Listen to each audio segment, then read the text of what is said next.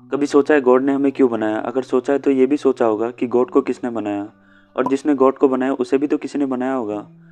इस सवाल का जवाब तो हमें मिलने से रहा, पर गॉड जिसे ह्यूमंस एक मसीहा मानते हैं उसी पे आधारित ये मूवी बनाई गई है। तो मूवी की शुरुआत में हमें एक ऐसी दुनिया दिखाई जाती है जहाँ गॉड भी इंसान की तरह है। इंसानों की तरह गॉड के अंदर भी फीलिंग्स, इमोशन सब कुछ है। मूवी में गॉड का नाम ड्यू है। ड्यू इस दुनिया में अपने फैमिली के साथ रहता है। ड्यू का एक बेटी और एक बेटा है। बेटा जीसस ड्यू के खिलाफ है, इसलिए वो इनसे दूर ही रहता है। इस मूवी में हमें बताया गया है कि ड्यू बस एक क्रिएटर है जो नई नई लाइफ बनाकर थक गया है। ड्यू ने एक ऐसी दुनिया बनाई जिसका नाम अर्थ है। यहाँ पहले जानवर रहते थे जिससे ड्यू बोर हो गया था, इसलिए ड्यू ने अर्थ पर खुद के जैसा दिखने वाला पहले एक इंसान बनाया जिसका नाम एडम है। फिर ड्यू ने एक लड़की बनाई जिसका नाम ईव है। ये दोनों इस दुनिया में घूमते रहे। फिर कई दिनों के बाद एडम को ईव मिली, जिसे देख एडम उसकी तरफ अट्रैक्ट हो गया। इसके बाद दोनों साथ ही रहने लगे। शुरू शुरू में दोनों को काफ़ी मुश्किलें आई, पर दोनों धीरे धीरे सीखते गए। ऐसे एक दिन एडम ईव को प्रेग्नेंट कर देता है। इस चीज़ में आदमी बहुत फास्ट है। खैर, अब समय के साथ साथ एडम और ईव की फैमिली बड़ी होती चली गई। यहाँ कोई रिश्ता नहीं, कोई नियम नहीं।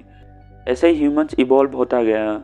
ड्यू ह्यूमंस को इवॉल्व होते हुए देखता रहा, लेकिन कुछ समय बाद ड्यू इससे भी बोर हो गया। ड्यू की मानसिकता ऐसी हो गई कि उसे दूसरों की तकलीफ देखने में मज़ा आने लगा। इसलिए ड्यू ने कुछ फालतू के पॉलिसीज़ को ह्यूमन पर लागू कर दिया।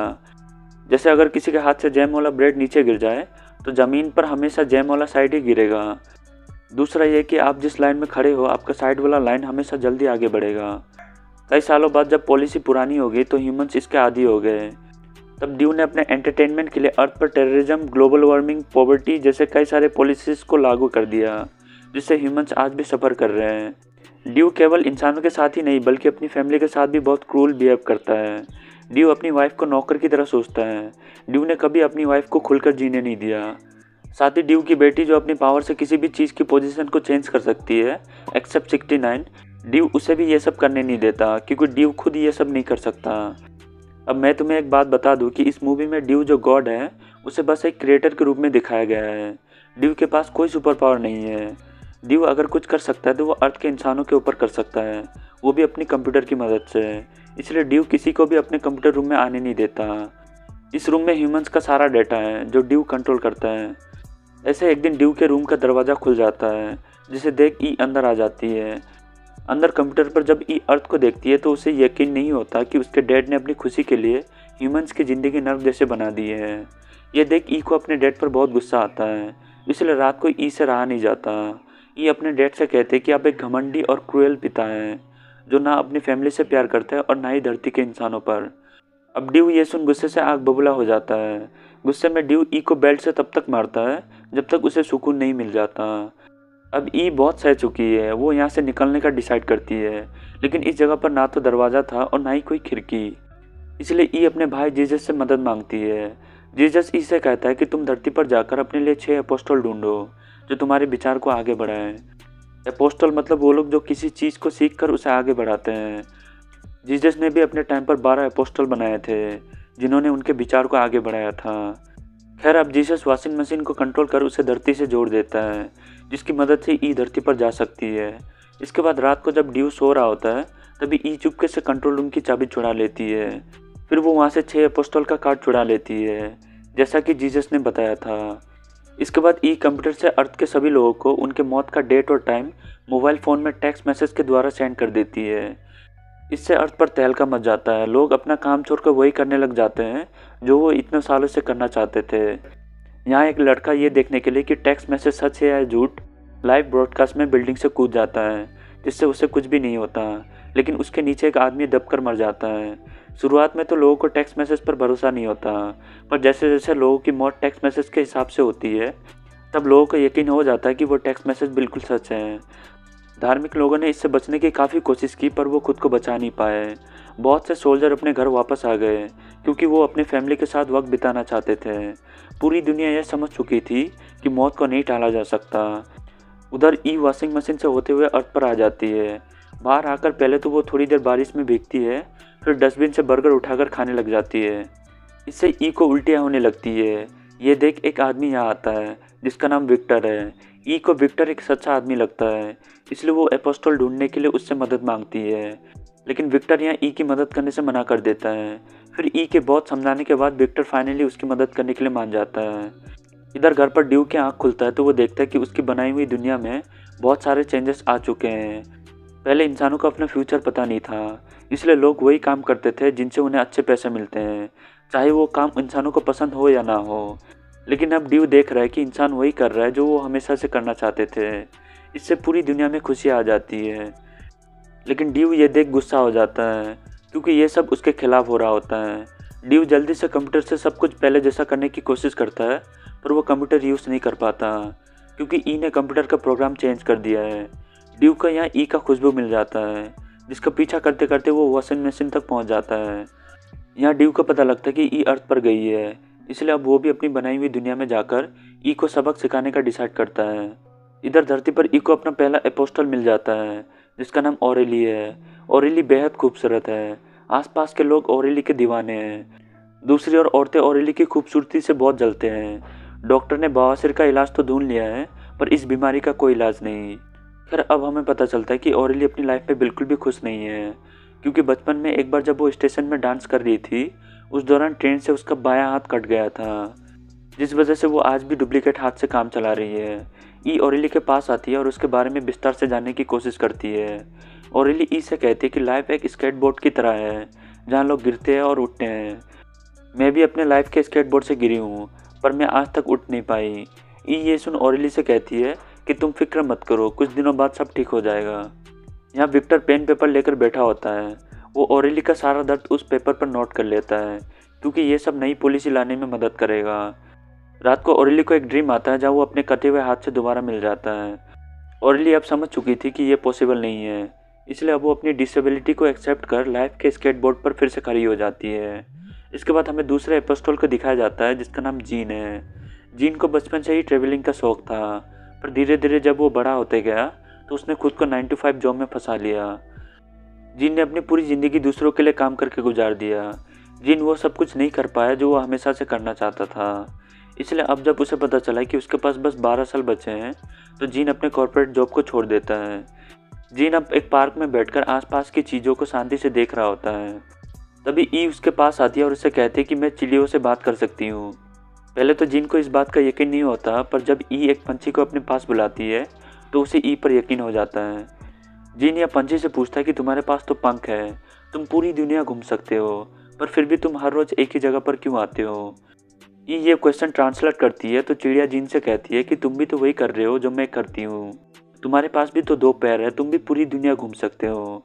जीन ये सुन समझ जाता है कि उसे अब क्या करना है। उसके दिमाग में अब कोई सवाल नहीं बचा होता है। जीन ई से थैंक यू कहकर यहाँ से चला जाता है।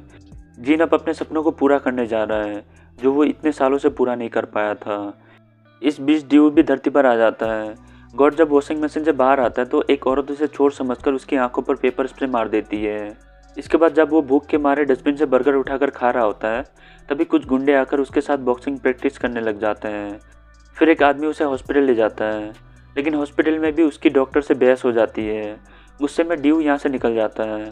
जाते जाते वो एक बच्चे से आइसक्रीम लेकर खाने लगता है, जिसे देख उसकी माँ ड्यू को गंदा मारती है। इसके बाद हम ई को देखते हैं जो अपने तीसरे एपोस्टल को ढूंढ लेती है। इस आदमी का नाम मार्क है, जो करीब 35-40 साल का होगा। इस बूढ़ों को नई नई लड़कियों के साथ सोने का एडिक्शन है। ई मार्क से पूछते हैं कि उसे ये एडिक्शन कब से है, तो वो बताता है कि बचपन में जब वो बीच पर था तब उसने एक लड़की को देखा था जो बेहद खूबसूरत थी। साथ ही मार्क ई से कहता है कि जब मुझे पता चला कि मेरे पास 80 दिन बचे हैं, तब मैंने बैंक से सारे पैसे निकाल कर प्रोस्टिट्यूट पर खर्च कर दिया, लेकिन मुझे उससे भी सेटिस्फेक्शन नहीं मिला। ये सुन मार्क से कहती है कि तुम्हारी वॉइस बहुत अच्छी है, इससे तुम लाइफ में बहुत कुछ कर सकते हो। अगले दिन हम देखते हैं कि मार्क को वॉइस आर्टिस्ट का जॉब मिल चुका है। यहाँ पर एक फीमेल वॉइस आर्टिस्ट है जिससे मार्क का दोस्ती हो जाता है। फिर बाद में पता लगता है कि ये वही औरत है जिसे बचपन में मार्क ने बीच पर देखा था। अब धीरे धीरे ये दोनों एक दूसरे की तरफ अट्रैक्ट हो जाते हैं। मार्क को इतना अच्छा फील पहले कभी नहीं हुआ था। दोनों एक दूसरे का हाथ पकड़कर सो जाते हैं। फिर क्या होता है तुम खुद ही इमेजिन कर लो। फिर अब हम ड्यू की वाइफ फैम को देखते हैं, जो ड्यू के बिना अपनी लाइफ एंजॉय कर रही है। फैम मज़े में साफ सफाई कर रही होती है, तभी उसकी नज़र जीसस और उसके 12 एपोस्टल के फ़ोटो की तरफ जाती है, जहाँ 3 एपोस्टल्स और ऐड हो चुके हैं। इधर धरती पर हम ड्यू को देखते हैं जो चर्च चला जाता है।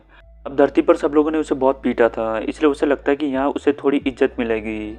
लेकिन यहाँ पर भी उसे खाने के लाइन तोड़ने की वजह से मार पड़ती है। एक प्रीस्ट बड़ी मुश्किल से यहाँ ड्यू को बचाता है, लेकिन ड्यू उसे भी बुरा भला कहने लग जाता है, जिसे सुन प्रीस्ट भी गुस्से में उसे पीट देता है। इसके बाद हम फ्रांसिस को देखते हैं, जो ई का चौथा अपोस्टल है। फ्रांसिस को जब पता लगता है कि उसके पास कुछ ही साल बचे हैं, तो वो एक स्नाइपर लेकर लोगों को मारने लग जाता है, जिससे उसे सुकून मिलता है। फ्रांसिस का ये मानना था कि लोगों को मारना गलत नहीं है, क्योंकि जो कोई भी उसकी गोली से मरेगा उसकी मौत वैसे ही लिखा होगा। ऐसे एक दिन जब फ्रांसिस स्नाइपर लेकर टारगेट की खोज कर रहा होता है, तभी ई यहाँ पहुँच जाती है। ई फ्रांसिस को एक लड़की को मारने के लिए कहती है, जो लड़की और कोई नहीं बल्कि ई की फर्स्ट अपोस्टल ऑरेली है। फ्रांसिस ई की बात मान ऑरेली को शूट करता है, तो उसकी गोली ऑरेली के नकली हाथ पर लगती है, जिससे ऑरेली को कुछ भी नहीं होता। यहाँ पर हमें एक बात का पता तो लग जाता है कि फ्रांसिस का एम बहुत ही सुअर है। खैर अब फ्रांसिस ये देख हैरान हो जाता है। वो ऑरेली का पीछा करता है, जिस दौरान वो उसकी तरफ अट्रैक्ट हो जाता है। फ्रांसिस को अब पहली नज़र में ऑरेली पसंद आ जाता है। बहुत हिम्मत करके वो एक दिन ऑरेली को फ्लावर्स गिफ्ट कर देता है, जिसे लेकर ऑरेली बिना कुछ कहीं यहाँ से चली जाती है। इसके बाद हम पांचवें एपोस्टल को देखते हैं, जिसका नाम मार्टिन है। मार्टिन एक रोमांटिक लेडी है, पर बदकिस्मती से उसका हस्बैंड उसका ऑपोजिट है। इसी वजह से मार्टिन अपनी लाइफ से खुश नहीं है। उसने पैसे देकर भी खुशी पाने की कोशिश की, पर वो भी उसके काम नहीं आया। ऐसे एक दिन ई मार्टिन के पास पहुंचकर उसे अपने साथ सर्कस में ले जाती है।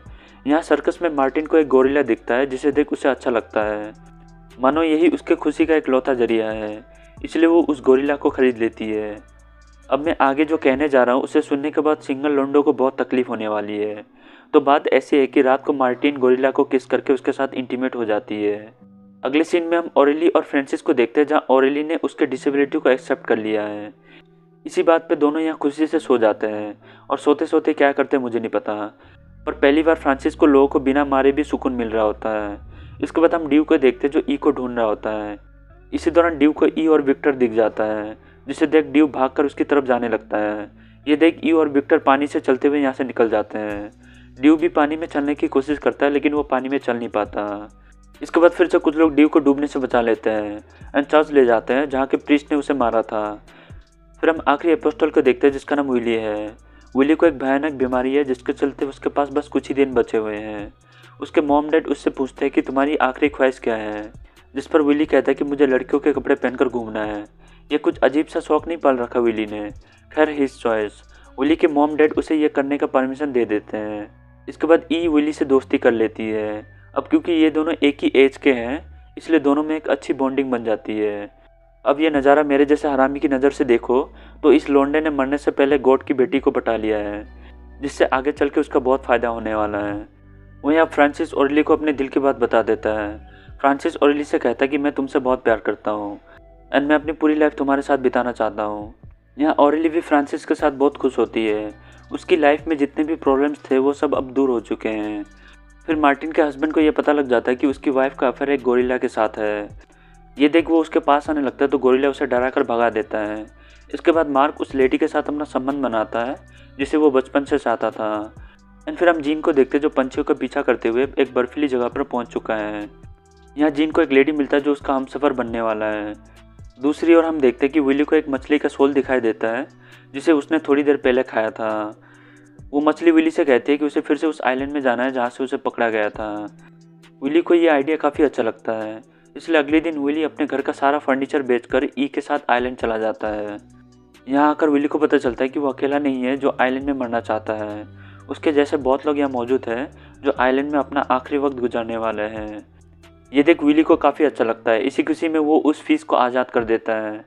फिर विली ई से पूछता है कि तुमने तो कहा था कि सारे एपोस्टल मिलने के बाद कोई मिरेकल होगा, ऐसा कुछ अब तक तो हुआ नहीं। ई इस पर विली से कहते हैं कि फ़िलहाल मुझे भी ये नहीं पता कि मिरेकल कब होगा। दूसरी तरफ हम ड्यू को देखते हैं, जिसे पुलिस पकड़ लेते हैं। अब ड्यू के पास किसी भी देश की नागरिकता नहीं थी, इसलिए पुलिस उसे फ्लाइट में बिठाकर बाहर भेज देते हैं। फिर हम ड्यू की वाइफ फेम को देखते हैं, जो साफ़ सफाई के दौरान कंप्यूटर का प्लग निकाल देता है। इससे पूरी दुनिया फ्रीज हो जाती है। एक प्लेन जिसका कंट्रोल फेल हो गया था वो भी इसी बीच की तरफ आ रहा होता है, जिससे इन सब का मौत होने वाला था, लेकिन वो प्लेन भी अब फ्रीज हो चुका है। फिर थोड़ी देर बाद ड्यू की वाइफ प्लग को लगाकर बहुत सारा चेंजेस कर देती है, जिससे वो प्लेन यहाँ से गायब हो जाता है। ड्यू की वाइफ फेम एक डिज़ाइनर है, इसलिए वो सभी ह्यूमंस को इमॉर्टल कर देती है, क्लाइमेट को भी चेंज कर देती है, ग्रेविटी के नियम भी बदल जाते हैं। इस दुनिया में अब इंसान कुछ भी कर सकते हैं, ये दुनिया अब सपनों की दुनिया बन चुकी है, जहाँ हर किसी का सपना पूरा होगा। इसलिए अब इस नई दुनिया में ऑरेलिया की जगह फ्रांसिस प्रेग्नेंट हो जाता है। अब जब 9 महीने बाद बच्चे के डिलीवरी का टाइम आएगा तब फ्रांसिस का क्या होगा भगवान ही जाने। साथ ही यहाँ मार्टिन को उसका पहला बच्चा गोरिल्ला से होता है, जो इंसानों का बच्चा है। इसके बाद विक्टर ई के द्वारा बताई गई दुनिया की नई पॉलिसी वाली किताब को पब्लिश करता है, जिससे वो भिखारी से एक नामचीन ऑथर बन जाता है। एंड फिर एंड में ई और विली एक दूसरे को किस करते हैं। मैंने कहा था ना, विली ने गॉड की बेटी को पटा लिया है। खैर, अब इस दुनिया में अगर किसी के साथ इंसाफ नहीं हुआ तो वो गॉड है। ड्यू उज्बेकिस्तान के एक फैक्ट्री में फंसा हुआ है। ड्यू अपने घर जाने के लिए बहुत तड़पड़ा होता है। ड्यू फैक्ट्री में आए हर वॉशिंग मशीन को चेक करने लग जाता है, जिससे वो अपने घर जा सकता है। अब क्योंकि ड्यू के पास कोई सुपर पावर नहीं है, इसलिए हमेशा के लिए वो धरती पर फंस जाता है। एंड फिर इसी के साथ ये मूवी यहीं पर ख़त्म हो जाती है। Thanks for watching.